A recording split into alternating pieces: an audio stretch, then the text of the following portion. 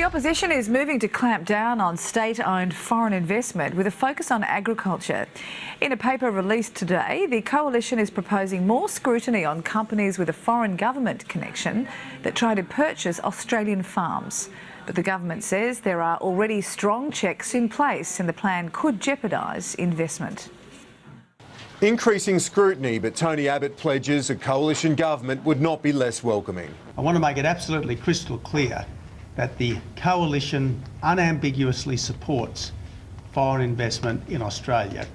We need it, we want it, it is essential for our continued national prosperity. The Shadow Treasurer Joe Hockey says the opposition doesn't see the need for dramatic changes to foreign investment rules, arguing the proposals in this discussion paper are simply about providing more information.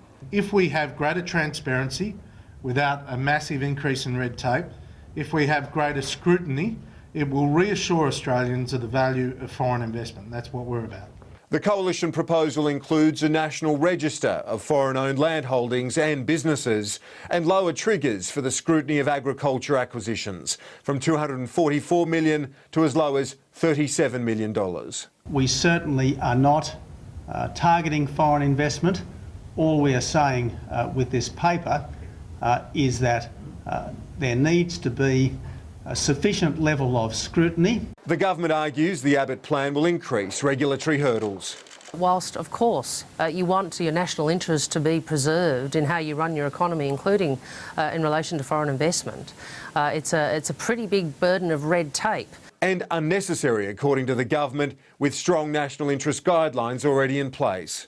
From the first dollar, that investment is screened in Australia and subject to our national interest test. The National Party, Barnaby Joyce and his cohort, are the people running Tony Abbott's economic policy. The coalition discussion paper is in large part a balancing act. Co-authored by the Nationals, Tony Abbott's had to balance the free market views of many of his Liberal colleagues with the increasing concern of Nationals and some country Liberals about the acquisition of farms. I hope that in time Australians will appreciate that food security is very important to ensure that what happens in relation to foreign purchases of Australian land and agribusiness is transparent and that people can make reasonable judgments on accurate figures. Government officials say the figures are already clear.